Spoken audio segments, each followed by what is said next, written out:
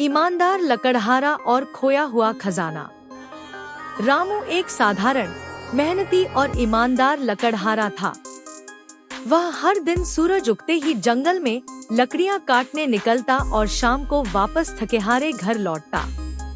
उसका एक सपना था कि उसकी बेटी सीमा पढ़ लिख कर बड़ी होकर गांव की पहली डॉक्टर बने और अपने परिवार की गरीबी दूर करे।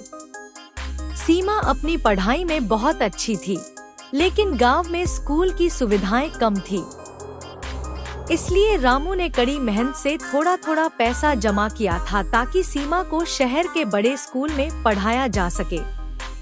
एक दिन रामू जंगल में लकड़ी काट रहा था। अचानक उसकी कुल्हाड़ी एक कड़ी चीज से टकराई। उसने नीचे देखा तो मिट्टी के नीचे एक पुराना धातु से बना संदूक दबा था। संदूक इतना भारी था कि उसे बाहर निकालने में रामू को कई घंटे लग गए। संदूक खोलने पर उसके अंदर सोने चांदी के सिक्के, कीमती गहने और कुछ पुराने दस्तावेज थे जिनमें उस इलाके के राजा का इतिहास लिखा था। रामू को पता था कि ये खजाना बहुत कीमती है और इसके साथ जुड़ी कई कहानियां भी होंगी। रामू ने गांव के प्रधान से मिलकर पूरी बात बताई।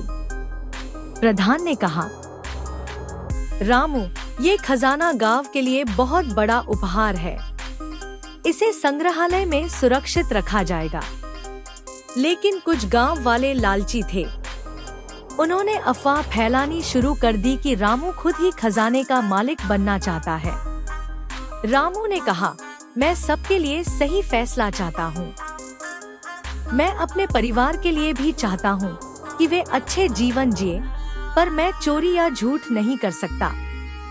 कुछ दिनों बाद खजाने का कुछ हिस्सा चोरी हो गया। गांव में अफरा तफरी मच गई। सबने शक रामू पर जताया।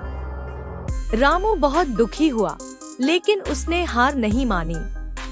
उसने अपने दोस्तों से मदद मांगी और चोरी का सच पता लगाने निकल पड़ा। रामू ने चोरी की जगह के आसपास छुपकर निगरानी रखी। उसने देखा कि चोरी करने वाला कोई गांव का अमीर व्यापारी था, जो खजाने को अपने लिए रखना चाहता था। रामू ने पूरे गांव को इस बात से अवगत कराया और व्यापारी को पकड़वाया। रामू की ईमानदारी और साहस से गांव वाले बहुत प्रभावित हुए। प्रधान ने रामू को गांव की सेवा में नौकरी दी, जिससे उसकी और उसकी बेटी की जिंदगी बदल गई।